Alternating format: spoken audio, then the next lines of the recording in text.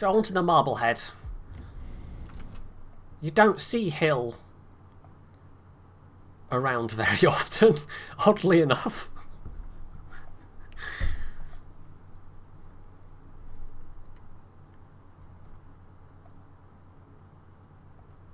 So Marblehead essentially it's what, a B hull Omaha, if I remember correctly. Worse than the Murmansk and worse than the Omaha. I think the only thing that it's better than them in any regards is that it gets 9-kilometer torpedoes, but they are very weak torpedoes. But having said that, the Murmansk has 8-kilometer torpedoes that are considerably stronger. So yeah, these do 6,000 damage. Oh no, it's not even 9 kilometers. Where did I get 9 kilometers from? 8.2. Okay. For some reason I thought it was 9, but it's not. This does have a catapult, but you cannot put on a catapult spotter. You are locked into having a catapult fighter, unlike Murmansk, which gets a spotter. So it's already got better base range and it gets a spotter. And I think, does Omaha get a spotter as well? Can also have a quick look. Is this a misery train today? Yeah, I've been inspired by the release of the California to look at all of the worst premium ships. So we can quickly have a look there. Cruiser Omaha.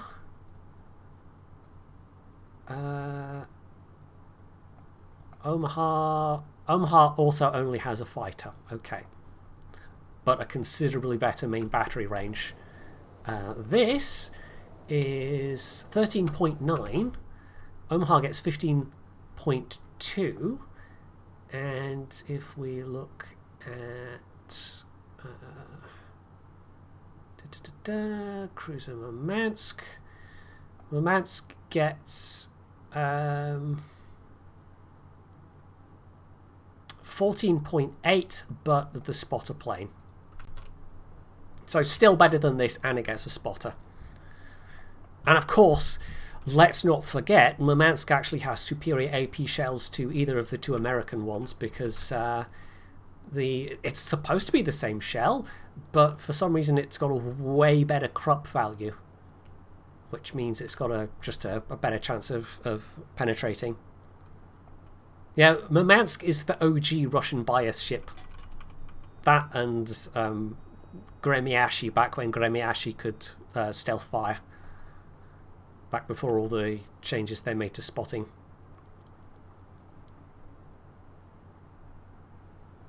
If this had something like a creeping smoke, it might be sort of vaguely... Wow, that was well done. It might be somehow vaguely more interesting, but yeah, it's just worse than all three. It's just the worst Omaha. And in terms of tier 5 cruisers generally, there are some that have slightly worse ranges, but they tend to have things like smoke.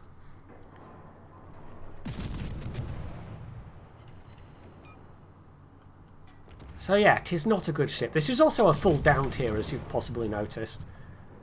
In fact, this is very bad matchmaking. I am one of 3 tier 5s.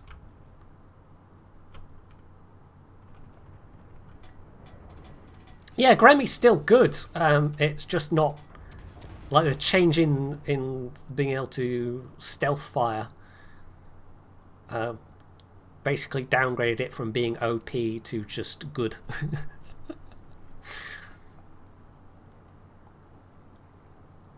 Gosh, that Bartan's being the equivalent of our Furutaka, I guess.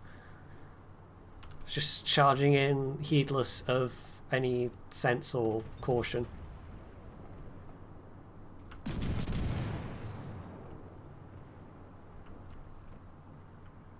Well, somebody whacked them good and hard.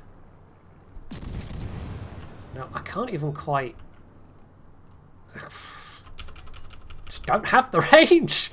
Oh, well, these ballistics, even though they technically are in range, because they're heading slightly away, there's bugger all I can do. This is an IFHE Cleveland captain, by the way. So in theory I can do a little bit of extra damage if I can get close enough to hit anything without just immediately getting deleted.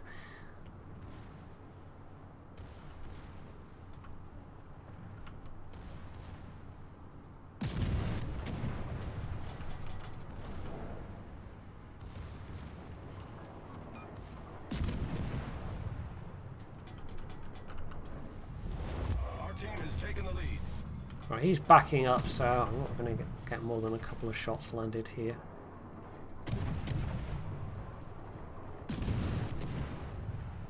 I mean, you might even make the argument that this was a better ship when it came out, because back then the AFT and BFT skills applied to up to this caliber of gun, 152mm, but of course they considerably changed that.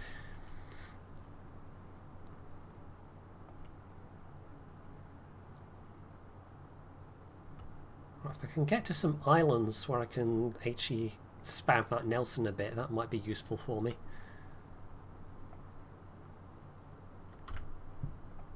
We've mostly had, yeah, mostly non-pens so far, so that's grand. Oh, there's the Fubuki.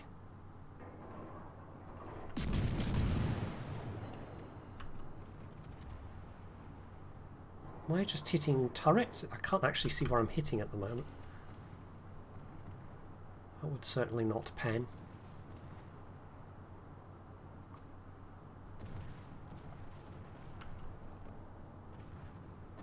Of course, we'll just torp rush the Nelson with my 6,000 damage torps. That will work fine. Enemy destroyer sighted. That'll definitely work fine.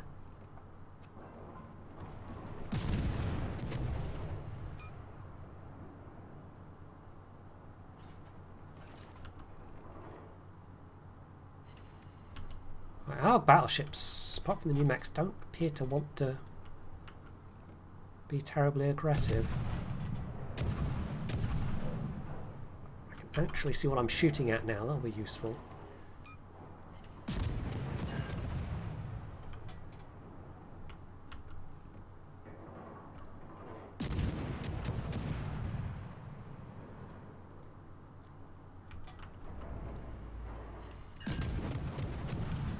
Oh, I like that's going to be the Fubuki spotting me.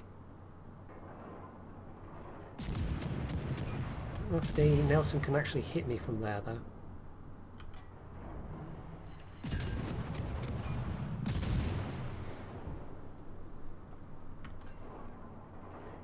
Yeah, Marblehead, just between the spotter plane and the superior crop of the AP shells. I mean, it's still a squashy Omaha hull, but yeah. And Omaha at least has actually quite decent range for a tier 5 cruiser. Just say Marblehead and Murmansk there, but yeah, Marblehead just, it's like let's take the worst and the worst, you know, characteristics and stick it all in a premium ship. I still don't know why the Marblehead was a thing. Maybe it was some desire that they needed to have a premium Omaha on the US tree. Who knows? Well, with over 50 hits, we finally have our first fire, and we might even break 20,000 damage. Good lord, this ship is not good. He doesn't even have to back up that much further before I can't hit him anymore. I'm forced out into the open.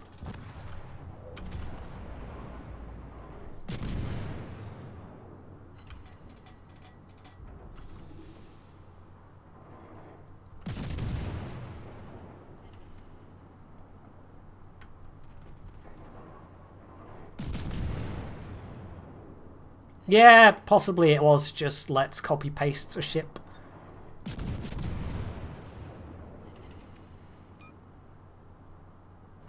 Because that'll be cheaper than making a new premium.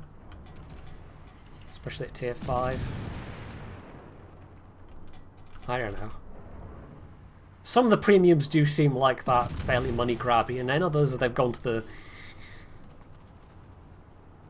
effort of, you know, they've done all kinds of nice modelling and all the rest of it, and then the ship itself is just terrible, and you wonder what was the point. All the effort of the modellers, and no one's ever going to see it because no one will ever play this. Which is basically the California. Lovely looking model, but my word, the ship is not fun. Not in any sense. I killed something, you guys! Oh my god! Oh, we have this handy smoke cloud I can use for a bit.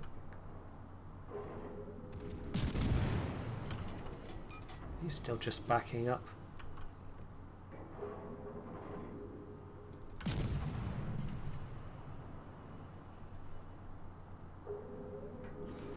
Even with HE, he could just citadel me to oblivion.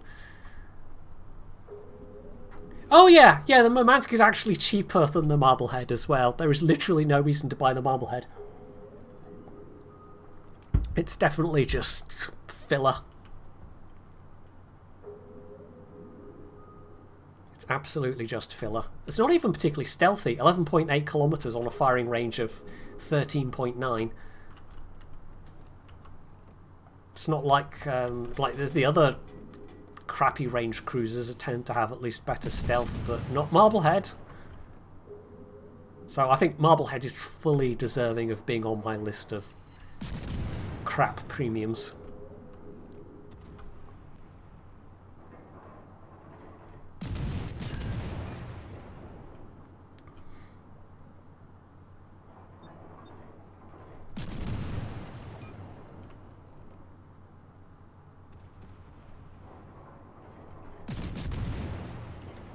Yeah, maybe they were trying to, I suppose, follow that philosophy a bit, but I mean, that kind of, when you look at something like The Sims, for example, sort of makes sense. But Sims still does hold up, but then you've got other chips like the Marblehead and chips they're still putting out, like the California, or the Eitel Friedrich, or the Genova, or the Hill. And it's not so much the early days when those things came out, so I don't know. I don't know what to say.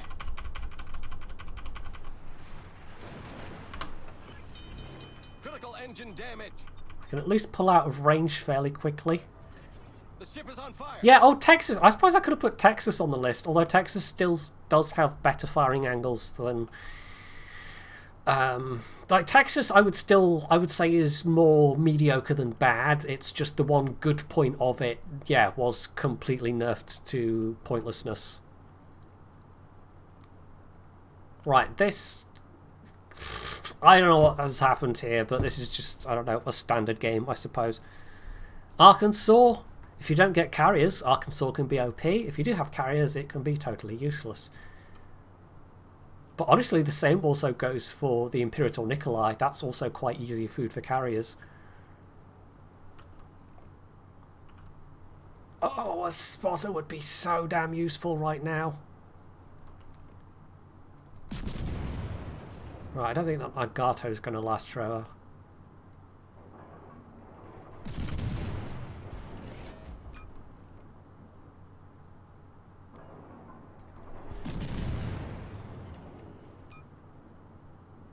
Might even reach a glorious 50k at this rate. I mean, woof. 50,000.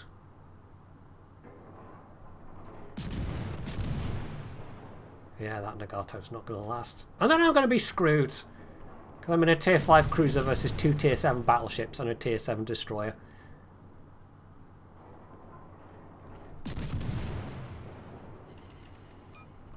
Yeah, Nagato's just pushing in to die at this point.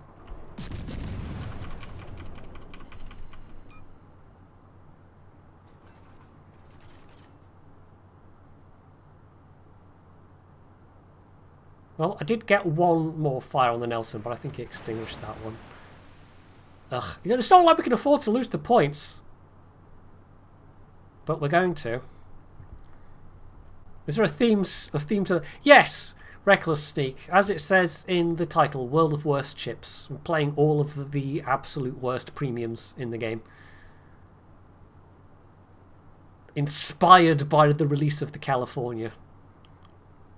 The inexplicable release of the California. Is it even worth opening fire here? Not really. No, nothing below tier 5.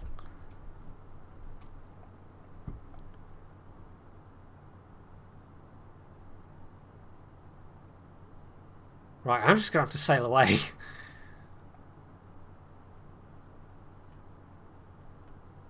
I'm not going to outrun the Scorner, but hopefully he's not coming after me. I can outpace the Nelson at least. If this were a Murmansk, I could be so much more confident here, but... Right, the Scorner's going there. Even in Murmansk, this would be a dicey situation. Ugh, let's try it, I suppose. What is there left to lose?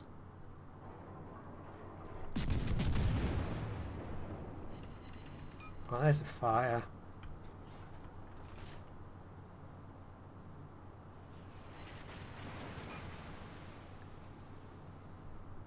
Right, the main thing is... Oh, the Gneisenau has low health.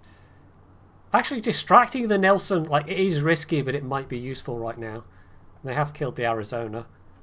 Yeah, no, Mutsu's actually alright, I would say. Not spectacular, but it's okay.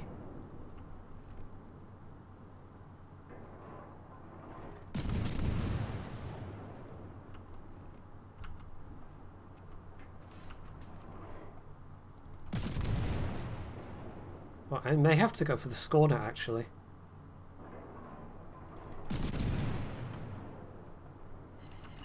Oh, right, that fire will stick. Excellent.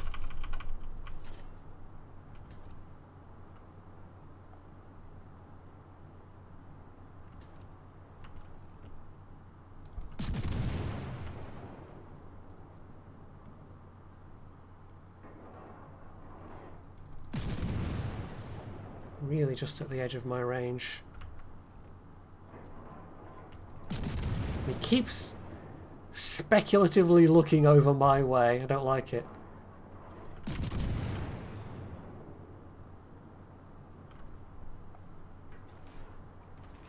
Krasny is not on the list, and actually Viribus has pretty good guns. The main struggle with Viribus is the low health pool. Oh, there goes the Scharnhorst. That's not good.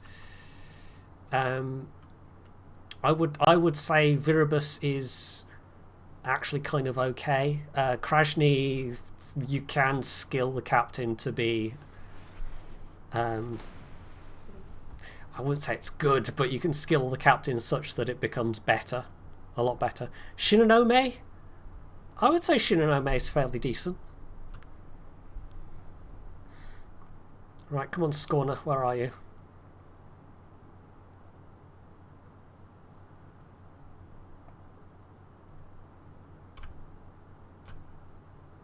We are actually ahead. But if the Graf Spee dies, then that's going to be that. Hood's very survivable. I said this at... Well, obviously you weren't there yet, Brett, but Hood at least is very survivable, even if the guns are frustrating. Vanguard doesn't even have that, so Vanguard is definitely on my list. I think my Hydro range is especially good, is it? No. Okay, the Scorner's gone over that way.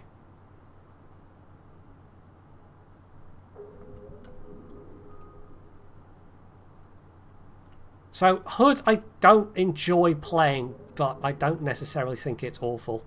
But Vanguard absolutely is. I was actually looking at the numbers at it the other day, and it's one of the least played premiums for a Tier 8 battleship. Excluding the very new things like Odin and the Warhammer Amagis.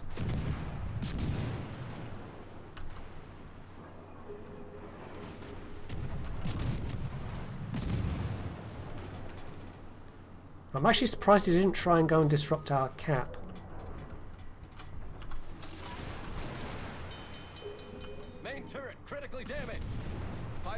Airborne. Just need to stay alive for the next minute. And we got this on points. Man, what a game!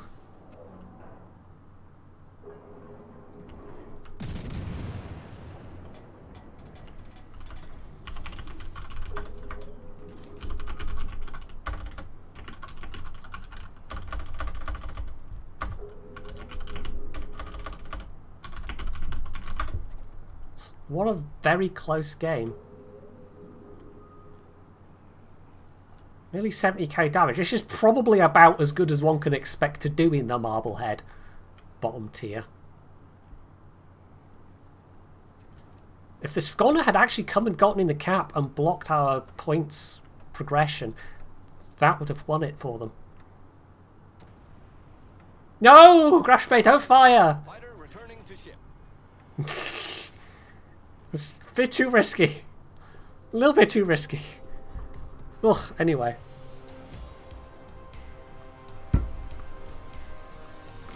Yeah, Bliskovica, I wouldn't say it's bad, but it's been heavily power crept. But I think the main problem with it is the detect... 1200? I did that much in a Marblehead bottom tier and I get 1200? Okay. Yeah, if it had lower detection ranges, and that's actually a problem for a lot of the tier 7 destroyers, I don't think that's just a Bliskovica problem. But it could certainly use a bit of love. But I think they need to look at the tier 7 destroyers generally to give them a bit of love.